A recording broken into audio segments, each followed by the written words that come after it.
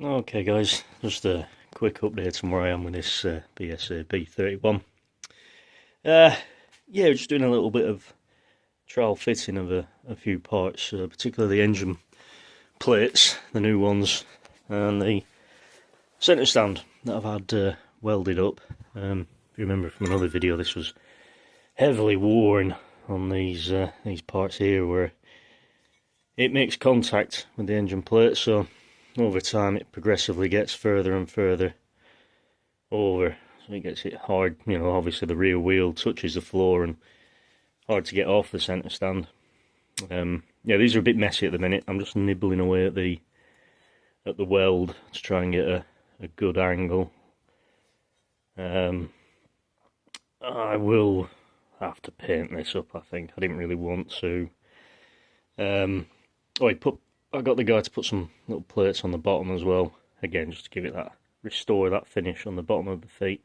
Again, they need cleaning and grinding up and what have you, but yeah, look alright with a little bit more tidying and a flash of paint.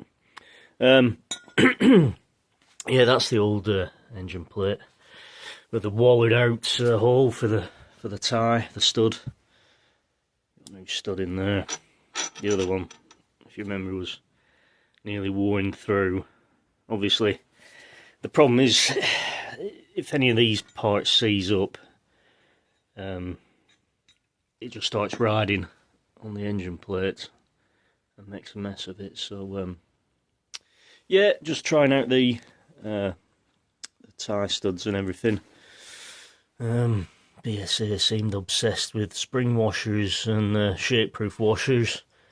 A lot of these are, I believe, the original nuts. If you look on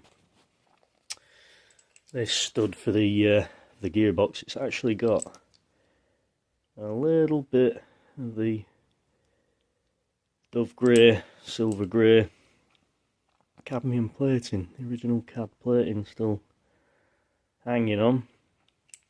Would have looked pretty cool when all this hardware had that original cadmium plating.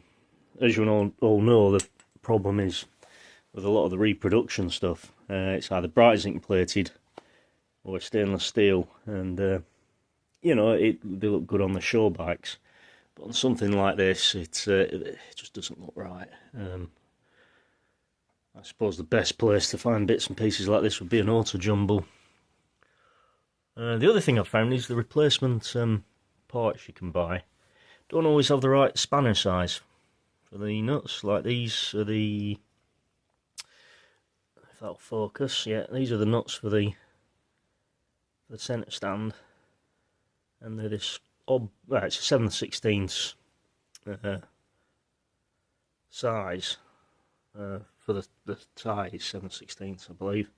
But the actual spanner size for these nuts is a bit of an oddball one. Fits this thing, the BSA spanner, but it definitely doesn't fit a 7/16 Whitworth. Yeah, I did have a little search online what it is across the flats, but I can't remember off the top of my head. Anyway, but yeah, if you get reproduction ones, then they tend to be different sizes, so it's nice to keep the original bits of hardware. Yeah, on these it's all one of these is actually longer for the exhaust, one of the studs slightly longer, but it's all nuts and no washers, just the spring washers going into the buck. Obviously, yeah, you read up on spring washers and serrated washers. They're not used anymore in manufacturing. Well, I don't believe they are. They didn't do a lot for actually holding the nuts in place, I believe. But anyway, we'll stick with what it was. Yeah, the other thing, the frame. I'm tempted to try a product called Owatrol, which is a rust inhibitor, or an oil-based paint thinner as well. Just to sort of enhance the condition of the frame rather than try and paint it or anything. But anyway, we're going to I'll try a little bit of that. We're going to pop the gearbox in, get the centre stand all how I want it. I might even put the engine cases in, put the spring on the centre stand, and we'll see how it's all working. But yeah, we're getting there. I'll come back when I've done that, and you guys can have another look and see how it's all sitting. Okay guys, just that cut back in with the centre stand and gearbox fitted. Turn that light off. Yeah, quite happy with that. I think the centre stand could just do a little bit more grinding off the tags. I don't know if this will focus and it's quite dark, but yeah, it's sitting quite nice. I'll tell you what, I put this spring on with the gearbox out, sort of stood over it and hiked it up. How you would do that with the gearbox fitted? Christ on my nose. Yeah, it's one heavy duty spring, but yeah, you don't want it going too far that way. About 20 degrees I did read somewhere. But yeah, quite happy with that. But like I say, again, one of the problems is, if I just crawl down here, once you start tightening these nuts up for the centre stand stud, obviously that starts pulling these plates together, and it starts clamping the gearbox in place. So yeah, you'd be trying to adjust it by undoing these, but in fact it's the centre stand that's holding it in place as well. So yeah, got some shiny new nuts for these. The other ones are quite chewed up. But yeah, oh sorry, that's not focusing very well, is it? But yeah, quite happy with that. Might just go a tiny bit more. A little bit of grinding off the centre stand welding. And yeah, this was the stuff I was going to use on the frame. Or trial oil. Just a little bit on a rag, and it does bring it up quite nice actually. It's just as if you've wiped it over with WD-40. But obviously it doesn't evaporate like WD-40, so it keeps a bit of a sheen to it. Yeah, quite happy with that. I'll have a little think. It's just resting on the. It just needs to go a little bit more that way, I think. So it's flat on these feet. There's the other one. I don't know, you know. Might just leave that. Yeah, this bloody spring. Christ. Yeah, I'll put the engine cases in. I am conscious of, you know, disturbing the frame too much without the cases in. Obviously it starts flexing if you're not careful. So yeah, I am conscious of that. But yeah, nice to make a bit of progress, and let me put the engine cases in and come back to you. Okay, so yeah, a little bit of progress has been made with this trial fitting of the centre stand and the gearbox. Obviously put the rear wheel in, and yeah, really happy how that centre stand is working. It's just about right.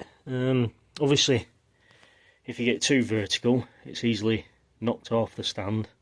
Too far past it, it's a job to get it on and off. So I would show you, but I haven't got a tripod for the phone or anything. But yeah, and I didn't want to do it too much because everything's not really bolted up. But yeah, it went on and off just fine. You know, you put your foot behind it, give it a little heave on here, and obviously it gets a bit harder the heavier it gets, obviously. But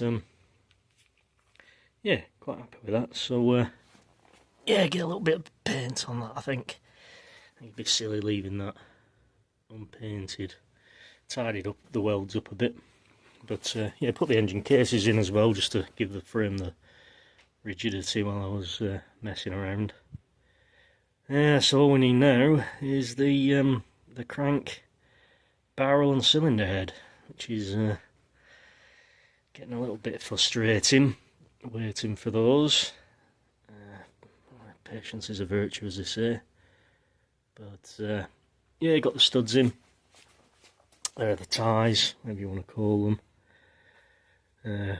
They say all it is a nut, a spring washer, and that's it. There's nothing else. There's no flat washers or anything. Like I said earlier on, it would have looked lovely when these were originally cadmium plated, and yeah, they would have looked pretty smart. I have had a go at you know, DIY electroplating, and you can, as well as obviously you can do the bright zinc plating, but you can also get quite a good copy of the cadmium using like a flat nickel or a flat zinc without the brightness added to the mix. But the only problem is, as soon as you do one bolt or one tie, you've got to do everything. You know, every nut and bolt has to be done, and then it escalates. You have all these nice shiny, you know, nice looking nuts and bolts, and then you do the frame, and before you know it, you've completely restored the bike. So yeah, that's not what we're doing with this one. Although it is good fun, the plating process. They do look nice when they come out. But yeah, got the wheel back on.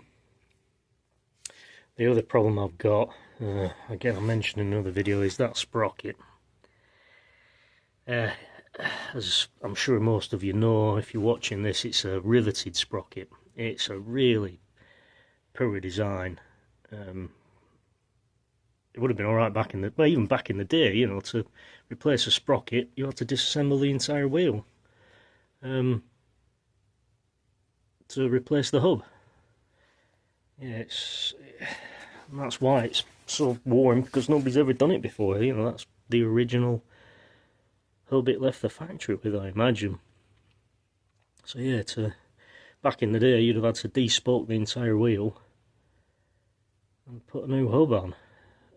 What I believe can be done is this is ground off, and then a blank sprocket is welded on. But obviously you run the risk of distortion, I imagine.